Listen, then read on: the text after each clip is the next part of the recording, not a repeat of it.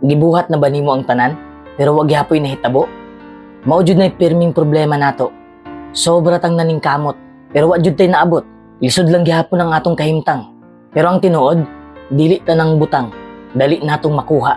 Mao nang kung wa kay pailog, ang daling masulod sa imong hunahuna kay mo give up na lang. Mag-negative na dayon ang atong hunahuna kay kapuyo naman ta. Dawata ang kamatuoran nga lisod ang kinabuhi. Daghan kay kag maagian nga kalisod. Depende lang jud na sa imong mindset. Maong gibuhat ko ni nga video para madasig ka. Mahibalaan nimo sa kini nga video ang 7 ka rason kung nganong di ka angay mo give up. Number 1, ayaw give up kay daghan kay kag makatunan. Imbis mag-focus ka sa negatibo, mag-focus ka sa mga leksyon nga imong nakatunan. Di pud ka makakatun og dugang kung balik-balik ra imong ginahimo kada adlaw. Mubati na noon kag sumo. Di pwede nga nangandoy kang mulambo, pero ang imong ginabuhat maura gihapon ka ni adto. Kabalo na ka nga wa ka nilamboan na imong gipangbuhat, pero maura gihapon imong gipangbuhat. Sama ra gud na sa giingon ni Albert Einstein, insanity is doing the same thing over and over again, but expecting different results. Kung sa Bisaya pa, grabing kabuang kung ginabuhat nimo ang susamang butang dahil nagdahom kag lahi nga resulta. Pananglitan, nagtrabaho ka karon, nya niabot na kag 10 years nga wa gihapoy ka bag-uhan nimong kinabuhi, tinuyuan na nimo. Kung paminaw gani nimo nga di ka mulambo sa imong gipangbuhat karon, bag-uha ang imong gipangbuhat. Number 2, ayaw give up kay makadasig ka sa uban. Kung mupadayon lang ka o kung mulambo na ka, ang mga tawo nga nagtan-aw nimo, madasig sila sa imo. Lami kay ka sa ilang pananaw ug madasig sila nga mubuhat sama sa imong gibuhat. Usa pa, ay jug hunong kay daghan ra ba kayong mga libakira sa imong kiliran. Libakon kanila kung mapildi ka sa dagan sa kinabuhi. Katawaan ka. Kung di ka muhunong, madasig sila sa imong pagkapalaban. Kung daghan kag madasig, daghan pud ang mabag-o. Mo nang padayon lang, kay daghan kayo ang naniid sa imong lihok. Number 3, ayaw give up kay matuman ra na imong pangandoy. Matuman na kung naa lang jud kay lihok. Di pwede nga kutob ra ka sa pangandoy. Unya tapulan kay ka. Depende man gud na sa imong mindset. Kung sige kag hunahuna nga imposible ning tanan, wa po'y mahitabo. Kay wa naman kay salig sa dagan sa sitwasyon. The only thing that matters is what you think of yourself and what you believe you can achieve. Kung musalig lang ka sa imong kusog, sa imong panghunahuna, sa Dios, lisod kay kang pildihon. Number 4, ayaw give up kay hapit na nimo nang makabot.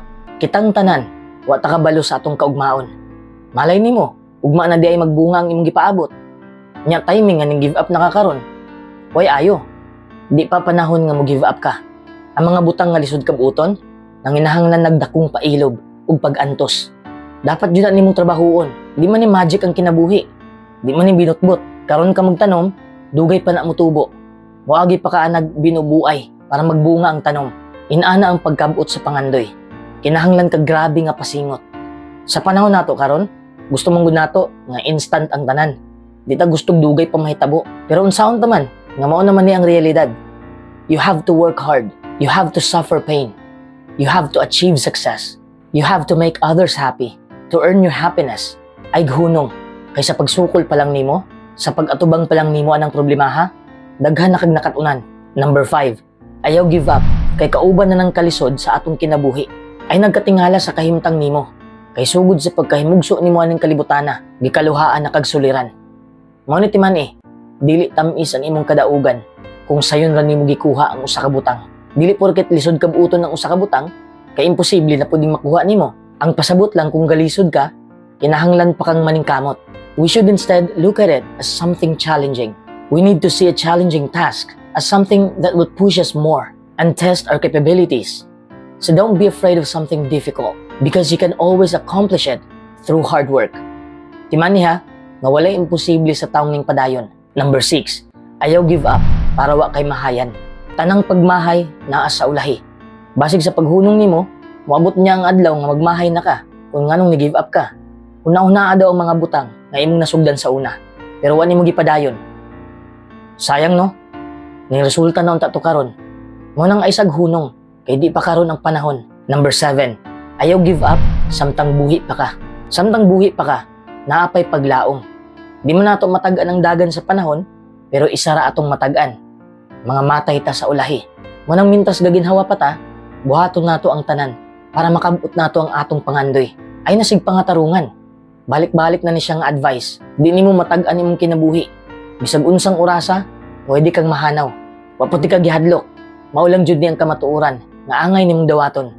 Para bitaw sa kuha, death is my biggest motivator. Mas ganado noon kung mulihok. Kay what if ugma mawala nako? At least na ako'y nahimo ron. Kini mga tao nga nangamatay ron, di ba kagahapon naa sila'y plano kung unsa-unta ang buhaton nila pagkaugma? Munang mintas buhi pa ka, pag-focus sa imong priority. No matter what storms come your way, stand firm and tall. I give up diretso. Paning kamuti sana. Aya nagundang kung wala kay nakitang kaayuhan sa imong ginahimo.